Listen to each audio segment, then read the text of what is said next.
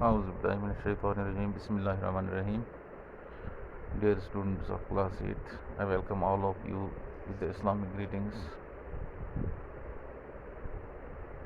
Today we are going to discuss the book work and exercise of history, chapter number 5, When People Rebel.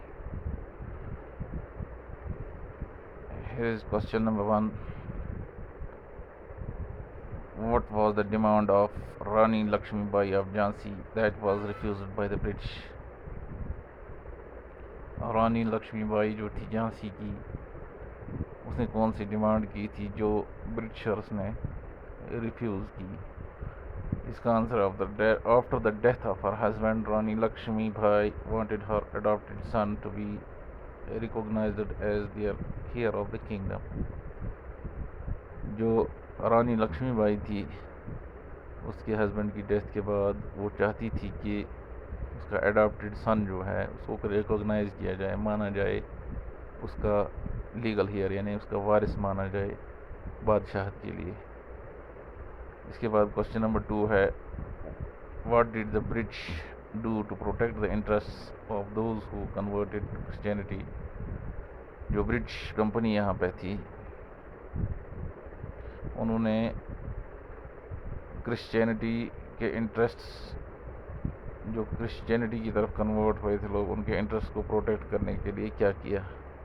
اس کا answer ہے 1850 a new law allowed an Indian who had converted to Christianity to inherit property of his ancestors. This law made it easier to convert to Christianity. 1850 میں ایک نیا قانون بنایا گیا جس کے ذریعے ہندوستانیوں کو اجازت دی گئی کنورٹ ہونے کی کرسچینٹی کی طرف، اور اس کی پراپرٹی جو ہے اس کی انہیریٹنس جو ہے وہ بھی اس کو ملتی تھی اینسسٹر سے.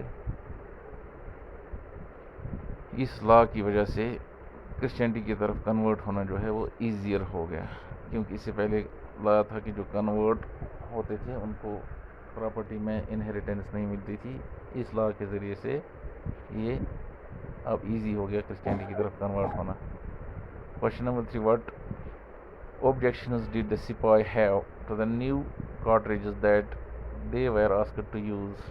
جو نئے کارٹریجز بنائے گئے، سپاہیوں کو کیا اعتراض تھا، کیا آبجیکشن تھی ان کو یوز کرنے کے لیے؟ اس کا آنسر ہے it was rumored that the new cartridges were coated with the fat of cows and pigs. یہ افواہ پھیلائی گئی تھی کہ کارٹریجز جو تھے، نئے کارتوس جو تھے، ان کو کوٹ کیا گیا تھا چربی کا، گائے کی چربی کا، اور پگز جو ہے ان کی چربی کا کوٹ کیا گیا تھا. اس کی وجہ سے سینٹیمنٹس جو تھے ہندوز کے اور مسلمز کے وہ ہرٹ ہوئی، کیونکہ ہندوز جو ہیں وہ گائے کو مقدس جانور مانتے ہیں، اس لیے اس کو مارنا وہ ناجائز سمجھتے تھے، اور اس کا فیٹ جب یوز کیا گیا تو انہوں نے آبجیکشن کی اس پر. اور مسلم جو ہیں وہ پگ کو حرام سمجھتے ہیں، اور اس لیے ان کے سینٹیمنٹس جو ہیں وہ بھی ہرٹ ہوئے، کیونکہ ان کو پگ فیٹ جو ہے اس کو یوز کرنا جو ہے حرام قرار دیا گیا ہے ان کے مذہب میں. کوشچن نمبر 4 ہے how did the last Mughal emperor live the last year of his life. جو سب سے آخری مغل امپیرر تھا، اس نے اپنی زندگی کا آخری سال جو ہے وہ کس طرح سے گزارا؟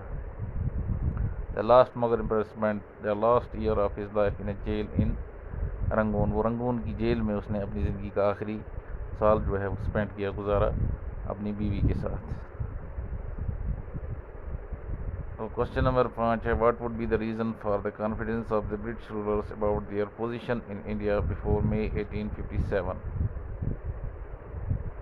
جو کانفیڈنس برٹشرس کو تھی 1857 میں، ان کی پوزیشن جو تھی 1857 سے پہلے. Within 100 years of assuming the Diwani of Bengal, the British became the unquestioned rulers. جو دیوانی آف بنگال جو انہوں نے ایزیوم کی، اس کے 100 سال کے اندر